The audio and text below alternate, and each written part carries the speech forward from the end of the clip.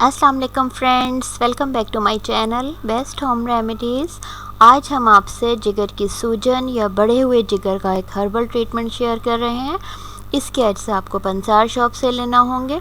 जिगर का ये मसला आजकल काफ़ी आम होता जा रहा है। बहुत ज़्यादा चिकनाई वाले खाने जिगर में चर्बी पैदा करने का सबब बनते हैं, क्योंकि जिगर इस चिकनाई को उस तरह प्रोसेस नहीं कर सकता जैसे कि आम तौर पर नॉर्मल मिकदार में ली गई चिकनाई को करता है।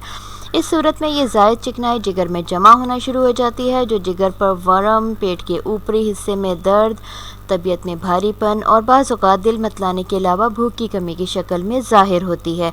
ये मसला उस वक्त ज़्यादा तकलीफ देह होता है जब ऐसे लोगों में मोटापे, high cholesterol, high blood sugar जैसी शिकायत पहले से मौजूद हों। जिगर की चर्बी से निजात के लिए ज़रूरी है कि सबसे पहले वज़न कम करें।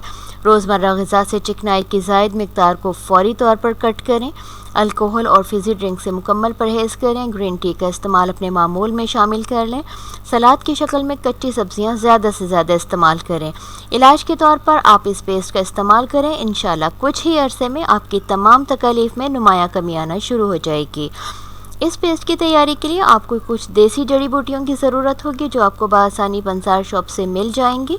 आपको लेना है सौंठ 25 ग्राम, कलमी शोरा 25 ग्राम, नौशादर ठीकरी 25 ग्राम, रेवंत खताई 100 ग्राम। तमाम जड़ी बूटियों और अज्जा की तस्वीर वीडियो में शामिल है, आप उसे पहचान के लिए इस्तेमाल कर सकते हैं।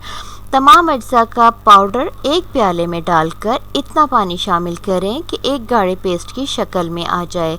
ये पेस्ट पेट के सूजे हुए हिस्से पर, यानी जिस जिगर का जो हिस्सा स्वेलिंग की वजह से सूजा हुआ है, उस पर लगाकर आप रात को सो जाएं और सुबह तक के लिए इसे छोड़ दें। सुबह को आप नया पेस्ट तैयार करके दोबारा लगा लें। 1 से 2 हफ्ते तक आप इस पेस्ट का इस्तेमाल जारी रखें। इंशाल्लाह जिगर की सूजन ख़त्म होकर इसका साइज़ नॉर्मल हो जाएगा। अगर आपको ये वीडियो अच्छी लगे तो इसे अपने दोस्त अहबाब के साथ ज़रूर शेयर करें और चैनल को सब्सक्राइब करना ना भूलें। Thanks for watching.